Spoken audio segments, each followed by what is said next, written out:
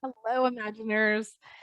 Today, I want to build on the video I recorded last week on creating goals, except this week, I want to focus on how to create a mini goal because a mini goal is actually where we create quick wins, confidence, and momentum. And we also learn a lot about ourselves and how to continue to reach ultimately our bigger goals. If you are familiar with the book Atomic Habits, there's a beautiful quote in there about the fact that we unfortunately we fall to the level of our systems. And so today I want to give you a process that you can use to ultimately create a system and then in actuality create a habit, because that habit is what will enable you to do it automatically and not have to use willpower, which I think most of us believe we have to use willpower to continue to achieve our goals. And that's why so often we give up on our goals, because we run out of willpower. So what I want to walk you through today is a process that you can take that doesn't require any willpower and instead focuses on creating, again, momentum, success, and learning about yourself to ultimately create a small success. And that small success will continue to drive the bigger wins. So let me walk you through this process. In creating mini goals, what we first want to do is start with a bigger goal. So again, if you watched the video last week, I talked about how I create outcomes for my life and my business, and then I create a work back plan to get there. And so in that work back plan, there is a mile marker for the year ahead. And even though it's a year, it is still a bigger goal than it would be in the short term. And so the mini goal is going to help me break it down into a manageable chunk and also, again, give me mental space to understand what is happening during the process, learn from it, and continue to create success for a future mini goal. So step one, you're going to choose a goal. And quickly, your brain is going to try and tell you, we don't want to do that. That sounds way too hard. We're going to have to give up something. We're going to have to change our patterns and behavior. We're going to have to find time to do that. And so I want you to really pay attention when your brain starts to offer you that. What is it giving you in terms of obstacles? Because those obstacles are going to help us in the last stage of this process. So instead of pushing them away, which we tend to do as humans, because that feels terrible, we want to believe we can accomplish our goals. I want you to just let those obstacles come up and ideally write them down, because that's going to help us with this planning of this process. The next thing I want you to do once you create your goal is to think about how you could cut it down by about 90%.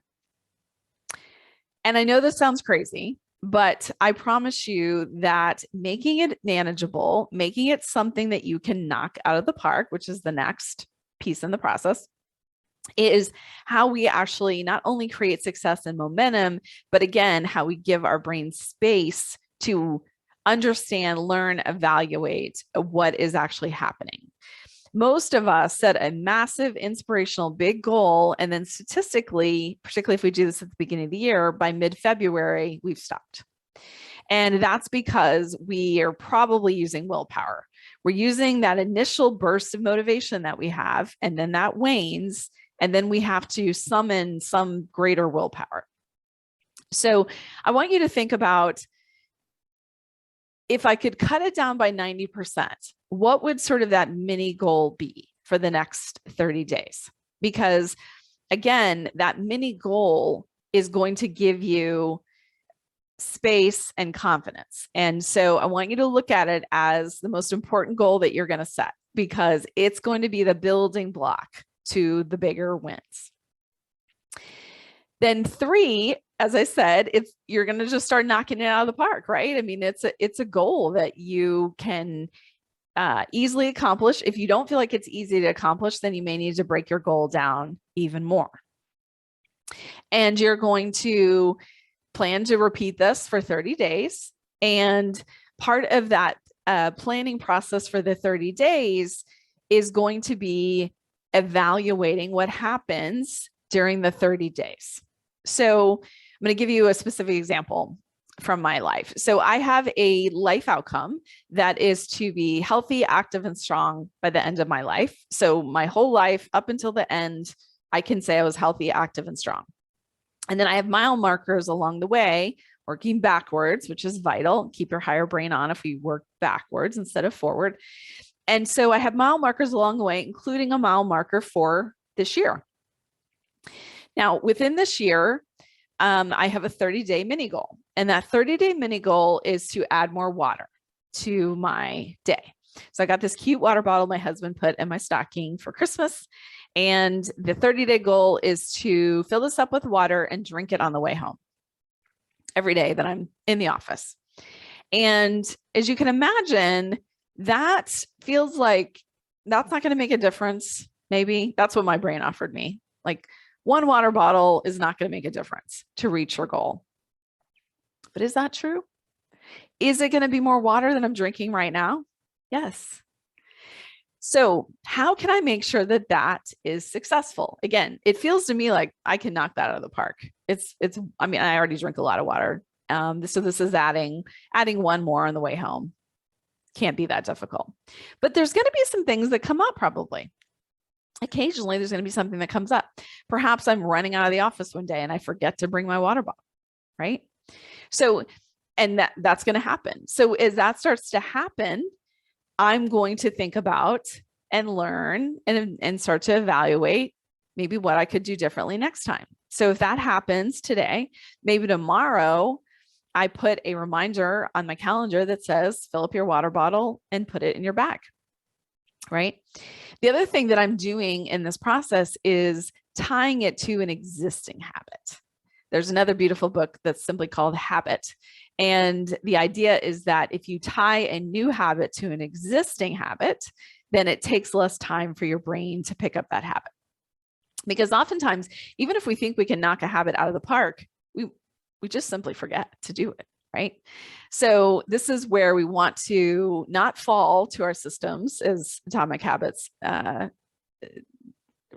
reminds us, but instead to create a system that will ensure success. And the way that we do that is picking something that's small, noticing maybe what obstacles come up even when you set it, and then continuing to learn and evaluate along the way, because we've created space, mental space to do that because we picked a small habit.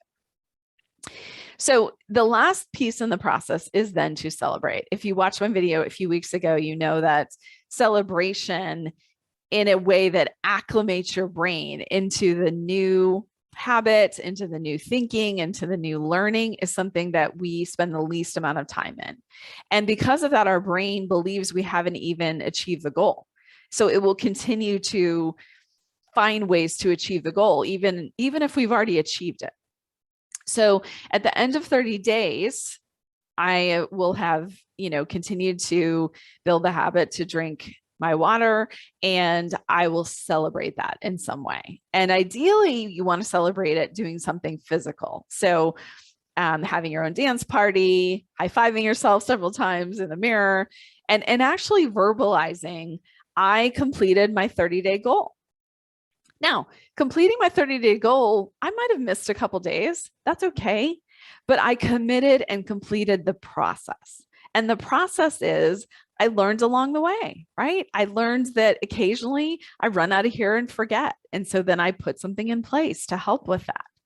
But again, we've given ourselves space and grace to learn what is maybe going to create an obstacle for us, what our brain is offering in terms of, does this really even matter? And that is how we slowly and steadily move to our goal. If you would like to take this work deeper and work with me on creating your mini goal and eventually your outcomes for your life and your career, check out my website at kylamartinconsulting.com. There is a contact me page on there. Reach out, and I would love to set up a free consult with you to talk more about your goals. In the meantime, I am cheering you on to the life and career that you imagine. Take care, everyone.